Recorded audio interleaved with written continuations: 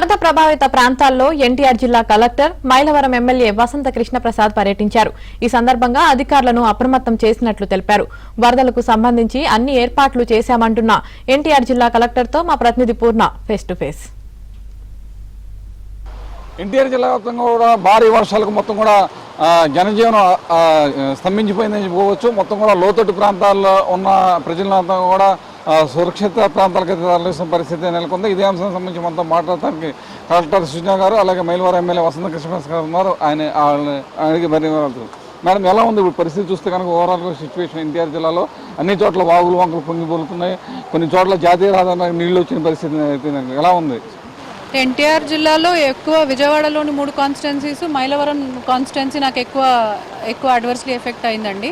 అన్ని కూడా ప్రాంతాలు ముంపుకు గురవ్వటం అవి జరుగుతున్నాయి. సో అందరూ కూడా ఎక్కడైతే వల్నరబుల్ ఇల్లు ఉన్నాయో, ల్యాండ్ స్లైడ్స్ అయ్యే అవకాశాలు ఉన్నాయో, రాక్ స్లైడ్స్ అయ్యే అవకాశాలు ఉన్నాయో అక్కడ ఉండే వాళ్ళందరినీ కూడా సురక్షిత ప్రాంతాలకి, స్కూళ్ళకి కానీ, కమ్యూనిటీ హాల్స్ కానీ, కళ్యాణ మండపాలకు కానీ షిఫ్ట్ చేసి ఈరోజు అక్కడే ఉంచే విధంగా, ఎక్కడైతే ఈ ప్రాబ్లం ఉన్నదో అక్కడ మనుషులు లేకుండా చేసే విధంగా చేయడం జరుగుతుందండి. విజయవాడలో ఒక దగ్గర ఒక అన్ఫార్చునేట్ ఇన్సిడెంట్ కూడా జరిగింది.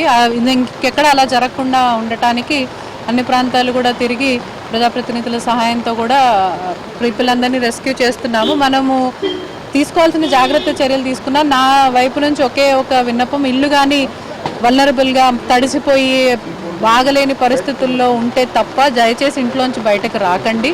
ఇల్లు బాగాలేని వాళ్ళు ఆల్రెడీ తహసీల్దార్లు వాళ్ళందరూ రెస్క్యూ సెంటర్స్ పెడుతున్నారు.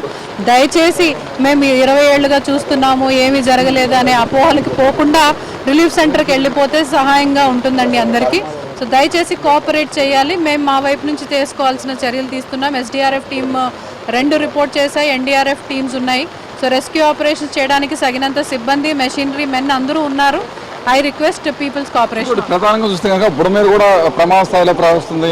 ఇంకోవైపు ఇప్పటికే కనకదుర్గం ఫ్లైఓవర్ కూడా మునిసేయడం కూడా జరిగింది. అటువైపు రాకపోకలమైన మొత్తం కూడా నిలిపేశారు. ఎందుకంటే జనరల్లీ నిలిపేశామండి, అక్కడేం ముంపు లేదు. నేను ఇప్పుడు అక్కడి నుంచే వస్తున్నాను.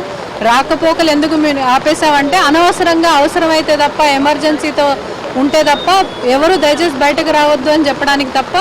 ఆ ఏరియాస్ కంటే మీరు ఇక్కడ చూస్తే ఇబ్రహీంపట్నం, నందిగామ, అక్కడ ఈ పార్ట్ ఆఫ్ ఎన్హెచ్ ఇనండేట్ అయిందండి. అక్కడైతే టౌన్లో ఓన్లీ లోతట్టు ప్రాంతాలు, కొండవాళ్ళు ప్రాంతాల్లోనే ప్రాబ్లం ఉంది. సార్ చెప్పండి, మీరు ప్రధానంగా మొత్తం కూడా మైలవరం నియోజకవర్గం తిరిగి వచ్చారు. మొత్తం కూడా ఏదైతే భద్రాచలం జాతీయ రహదారి మొత్తం కూడా కొండపల్లి పారిశ్రామిక వాళ్ళ దగ్గర మొత్తం మునిగిపోయిన పరిస్థితి ఉంది. ఆ తర్వాత అనేక ప్రాంతాల్లో కూడా జాతీయ రహదారికి నీళ్లు వచ్చిన పరిస్థితి. వాళ్ళందరినీ ఎలా చూస్తున్నారు ఏంటి?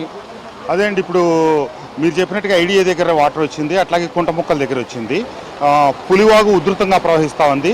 దానికి కూడా చెత్త ఇదైతే ఇప్పుడు నేను వెళ్ళి దగ్గర ఉండి జేసీబీ పెట్టంతా శుభ్రం చేయించున్నాం. మైలవరంలో దేవుడి చెరువు, ఇతర ప్రాంతాలన్నీ కూడా మునకలో ఉన్నాయి. అక్కడ కూడా తెలుగుదేశం పార్టీ నాయకులందరూ కూడా దగ్గరుండి అధికారులతో సమన్వయం చేసుకొని డ్రైన్లన్నీ శుభ్రం చేపిస్తూ ఉన్నారు. ఏవైనా వర్షం మళ్ళీ ఉధృతమైపోయింది. ఇప్పుడు కనుక డేలో లోతట్టు ప్రాంతాల ప్రజలను కనుక జాగ్రత్త పక్కా తెచ్చుకోకపోతే సాయంత్రం కనుక వర్షం ఎక్కువైందంటే ఇబ్బందికర పరిస్థితులు కనిపిస్తూ ఉన్నాయి. అట్లాగే బుడమేరు కూడా చాలా ఉధృతంగా ప్రవహిస్తూ ఉంది. వెలగలేరు రెగ్యులేటర్ దగ్గర నిమిషానికి నీటి మట్టం పెరుగుతూ ఉంది. దాని గురించి ఇక్కడ కింద యాక్టివ్ పవర్ దగ్గర గేట్లన్నీ ఉదయం ఎత్తిచ్చేసాం. దానివల్ల పొద్దున మునిగిన కాజీమాన్యం, ఎస్టీ కాలనీ మొత్తం కూడా వాటర్ తగ్గింది. కానీ బుడమేరు వాటర్ పెరిగితే మళ్ళీ కాలువ కట్టలు తెగి నీళ్లు ఇప్పుడు ప్రస్తుతానికి లాగినాయి.